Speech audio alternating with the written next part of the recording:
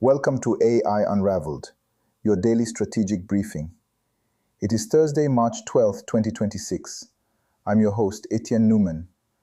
Today's special is sponsored by JamgaMind. For the ads-free version of this high-density technical rundown, click the link in our show notes. For years, we've tried to teach cars to drive by having them copy humans. That got us 99.9% of the way there. But the final 0.1%, the long tail of chaos, is proving to be the hardest engineering challenge in history. Today, we are unraveling the autonomy frontier. We're looking at how the industry is moving towards System 2 reasoning, why the Pentagon is worried about Chinese connected software, and how cars are starting to dream in latent space to stay safe. Let's get into the data. Before we dive into today's deep dive, a quick note for the brands listening. If you are trying to reach the architects of the AI revolution, not just the tourists, but the technical leaders actually building the stack, we are opening up limited partnership spots for Q1. See how we can simulate your product for the technical buyer at jamgamind.com/partners. Imagine you're driving a 2-ton vehicle down a steep hill in San Francisco. Oh boy. Right. You know all the rules of the road. You know exactly what the speed limit is. You know who has the right of way. Your vision is practically perfect. But suddenly, a teenager intentionally jumps right in front of your car, stares you dead in the eye, and pulls out their phone to film a TikTok video. Which is, unfortunately, a very real thing that happens now. It is. And if you're a human, you might honk, you might yell, you might slowly inch forward just to force them out of the way. But what if you're an AI? Your perfect code didn't prepare you for, human teenagers seeking social media clout. Your software is hard-coded to prioritize collision avoidance at all costs. At absolutely all costs, yeah. So you just freeze. You sit there completely paralyzed while traffic backs up for miles behind you. It's the ultimate collision between clean, predictable software engineering and the incredibly stubborn, chaotic reality of the physical world. And that specific chaos is exactly why the global self-driving industry has found itself entirely ripping up its own foundation to start over. Welcome to the Deep Dive. Today we are taking a really fascinating stack of sources and unpacking them for you. We've got a massive, comprehensive March 2026 strategic analysis report simply titled AV Edge Cases. And we are pairing that with some really illuminating insights from the This Week in Startups deep dive into autonomous scaling. And the mission here is just crucial for anyone interested in the future of urban infrastructure. For the last 10 years, we kind of operated under the assumption that autonomous vehicles would reach perfection simply by driving more miles, just mimicking human drivers. Right. But that approach has hit a hard ceiling. We're moving from an era of reactive autonomy to deliberative autonomy. Okay, let's unpack this. We are going to explore how AI is abandoning mere mimicry to actually learn universal physics, which is wild. We're going to look at how international geopolitics is literally fracturing the global data map. And maybe the wildest part, how cars are now being forced to legally defend their own split-second decisions in plain English.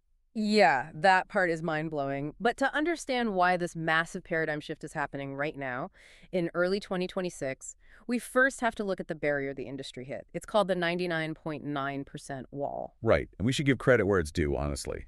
Getting to 99.9% was an engineering marvel. The sources point out that the basic stuff was mostly solved by the mid-2020s. Oh, absolutely. Sensor noise, camera glitches, basic object classification. If you put an autonomous vehicle on a sunny highway and asked it to stay in its lane, it could do that flawlessly. Multimodal sensor fusion worked. It worked wonderfully for structured environments. But that final 0.1%, what engineers call the long tail, turned out to be infinitely more complex than anyone anticipated. The long tail used to be about failing to recognize a weirdly shaped stop sign. Yeah, the classic examples. Right. But today, the long tail is entirely composed of active edge cases. This is multi-agent friction. Which is a very clinical way of saying that human beings are actively, dynamically messing with the robots. That is a big part of it, yeah. As fleets have scaled up in major hubs, these edge cases have actually adapted to local human behaviors. That San Francisco scenario you opened with? The report classifies that as social hacking. This completely blew my mind when I read it. Pedestrians have essentially reverse-engineered the safety constraints of the vehicle's software. Exactly. They know the car cannot and will not hit them, so they intentionally trap the vehicles to protest or, just to get views online. And the older System 1 reactive architecture of these cars has zero social reasoning capabilities. None at all. A reactive system cannot differentiate between a toddler who accidentally drops a toy in the crosswalk and a teenager staging a viral prank.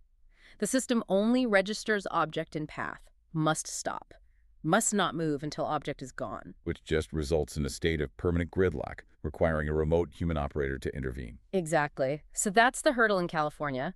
But then you fly over to Beijing, and the edge cases look completely alien in comparison. Oh yeah, the Beijing data was wild. Because the problem isn't teenagers standing still, it's unstructured, hyperkinetic density. The streets are swarming with these new 2026 micromobility devices. We're talking about wheel-leg delivery droids that can seamlessly transition from rolling down a sidewalk to literally climbing up a set of concrete stairs. It's science fiction stuff. Right, and you've got electric unicycles flying down the bike lane at 40 miles per hour. And those specific devices completely shatter the traditional kinematic models that earlier AI relied on. Let's break that down for the listener. What exactly makes a unicycle break a kinematic model? Like, why does the AI care? Well, a kinematic model is essentially the math of how things are expected to move based on their current trajectory and physical constraints. So, if an AI sees a bicycle, the model calculates its speed, understands it has two wheels, and predicts where it will be in 2 seconds. It knows a bicycle can't instantly move sideways, right? Right, momentum carries it forward. Exactly. Yeah. But a wheel-leg droid, it can roll forward at 10 miles an hour and then instantaneously vaults itself sideways into the roadway in a completely non-linear fashion. Wow. Yeah, the sheer variance of how these new agents move exceeds what you can capture in any static training data set. It makes me think of a teenager who just got their learner's permit. They've meticulously memorized the driving manual. They know the speed limits. They know exactly who has the right of way at a four-way stop.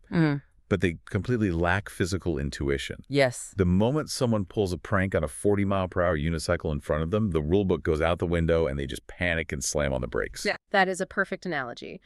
Force-feeding an AI billions of miles of video data to memorize just gives you a very experienced learner's permit driver. If you want to solve the unicycle problem, you have to stop teaching the car to mimic driving. You have to teach it to fundamentally understand physical reality. And here's where it gets really interesting. To move from mimicry to physical understanding, the industry is transitioning to System 2 deliberative reasoning. The sources refer to these as world models. Right. Jan LeCun's AMI Labs just raised over €1 billion to champion an architecture called JEPA, the Joint Embedding Predictive Architecture. And JEPA represents a massive departure from how we've been treating predictive AI for the last few years. I want to push back on this generative AI concept for a second, though. Because when you and I, or anyone listening, hears predictive AI, our brains immediately go to deepfake videos. We think of models that predict the next pixel to generate a hyper-realistic video of, like, a cat riding a skateboard. Sure, that's the popular understanding. So why is predicting pixels a dead end for an autonomous car? It seems like having a high-definition video of the future would be super helpful. It sounds helpful until you consider the computational waste. Standard generative AI is obsessed with irrelevant visual noise. How do you mean? Well, if a generative model looks at a street scene, it burns massive amounts of computing power trying to predict the exact fluffy shape of a cloud passing overhead, or the specific rust pattern on a stop sign, or how the sunlight ripples across a puddle on the asphalt. Right. The car doesn't care if the cloud looks like a bunny. It just needs to not hit the delivery truck in front of it. Exactly. None of that visual noise matters for driving. So GPath throws the pixels away entirely. Instead of predicting the exact next pixel, it predicts the next representation of the world state. It focuses purely on physical occupancy, momentum, and spatial relationships. Well, that makes so much sense. Right. And because it is suddenly freed from rendering all that useless visual texture, the car can use its compute power to essentially dream in latent space. Dreaming in latent space.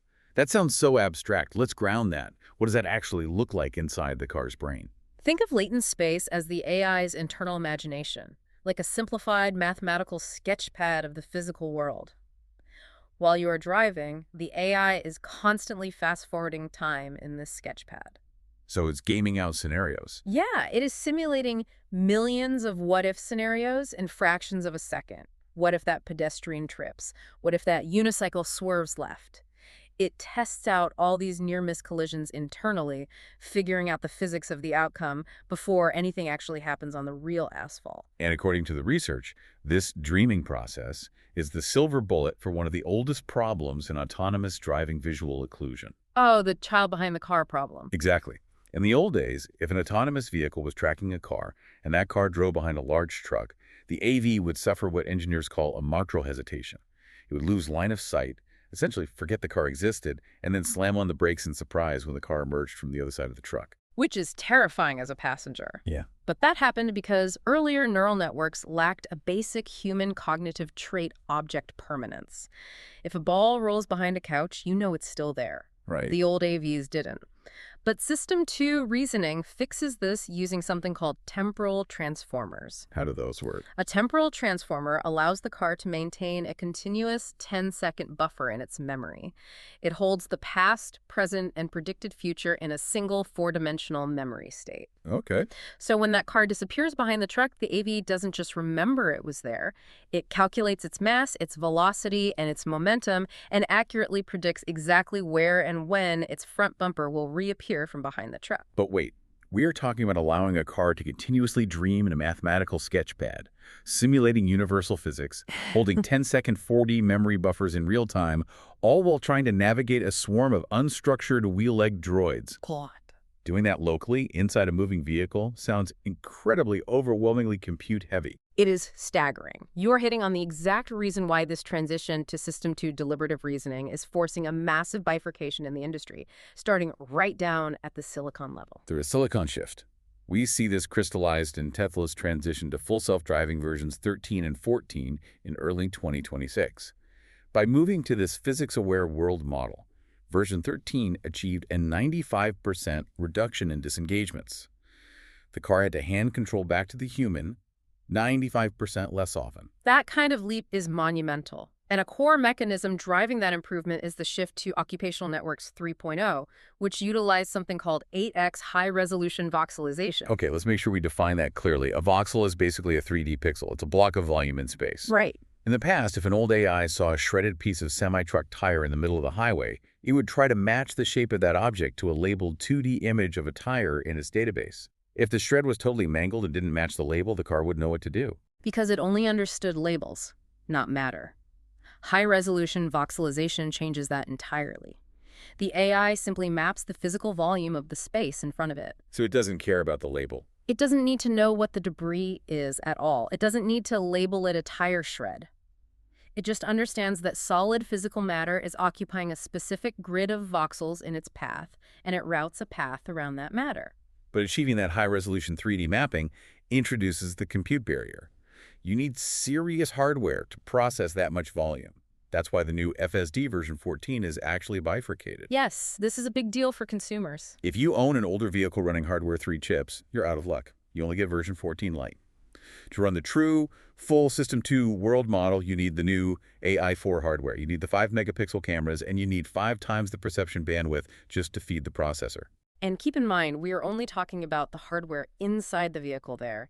The infrastructure required to train these massive models in the cloud has reached what is now known as the gigawatt scale. To build physical intuition, you need immense test time scaling. Meaning, the longer you let the AI think about a complex problem during training, the better its physical intuition becomes. Exactly. But thinking requires electricity. Elon Musk's xAI brought their Colossus 2 cluster online, and it pulls 1.5 gigawatts of power. The compute demands aren't just growing, they are scaling exponentially. And speaking of handling all that massive, complex System 2 engineering, if you're trying to keep up with these shifts, our sponsor Jamgamind turns this complex System 2 engineering into 60-second audio intelligence for the sovereign enterprise. It is genuinely a lifesaver for making sense of this stuff quickly. Absolutely, because it really is like trying to run a massive, modern, open-world video game on a 10-year-old flip phone processor. You just can't cram that much simulated physics into old silicon. But here is the critical pivot in our sources today. Pouring gigawatts of electricity into massive server farms is only half the battle. Oh, for sure. These world models are starving for data. They need millions of edge cases to build that physical intuition. But right now, the geopolitical map is actively tearing that global data set apart. This is where pure engineering crashes headfirst into international policy. The globe is fracturing into completely separate autonomy silos. The sources show we are watching the United States and China establish two distinct, incompatible intelligence environments. The core philosophies are already totally different. The Western approach, which was heavily discussed on the Twist Deep Dive, is very safety first. Companies like Waymo and Zoox rely heavily on expensive LiDAR sensors. They strictly geofence their vehicles to specific, well-mapped cities, and they depend on incredibly detailed, high-definition maps to know where they are. Contrast that immediately with the Eastern approach, driven by companies like Xiaomi and Baidu. They operate on a scale-first mentality. Their systems are highly vision-centric, relying on cameras over LiDAR. And they don't really use maps, right? Exactly. They are often mapeless, figuring out the roads dynamically, and crucially, they are deeply integrated into broader technological ecosystems.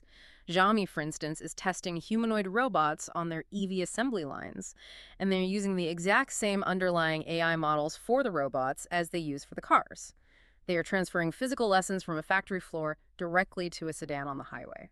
But the real wedge driving these two worlds apart is the data sovereignty crisis. In 2025, the U.S. Bureau of Industry and Security finalized rules effectively banning Chinese and Russian software in connected vehicles and automated driving systems. And on the flip side, China enforces strict data localization. Any data collected by a foreign EV operating on Chinese soil must remain physically stored and processed within Chinese borders. Right, and the technical consequence of these policies is profound.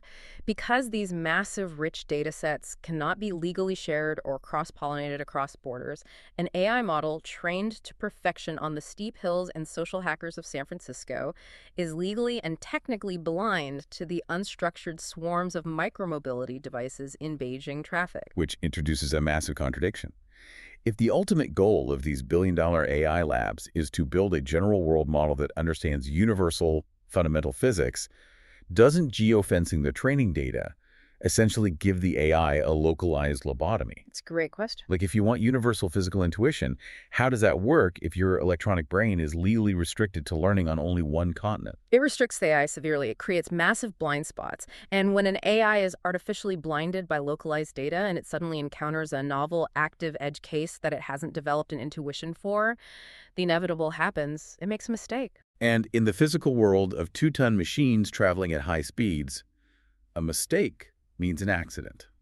Which brings us to the final and perhaps most difficult layer of this entire transition, the new era of legal liability. Trolley problem 2.0. We have officially moved past the point of asking, did the car crash? Now, the entire legal and insurance system is asking, why did the car decide to do that? Right. When we transition from reactive to deliberative autonomy, we are no longer just auditing a machine that blindly followed hard-coded rules. We have to audit a thinking agent. This is critical. When an autonomous vehicle faces a true no-win scenario, an unavoidable collision where it has to choose between hitting a concrete barrier or swerving into another vehicle, it must use its System 2 reasoning to make a choice.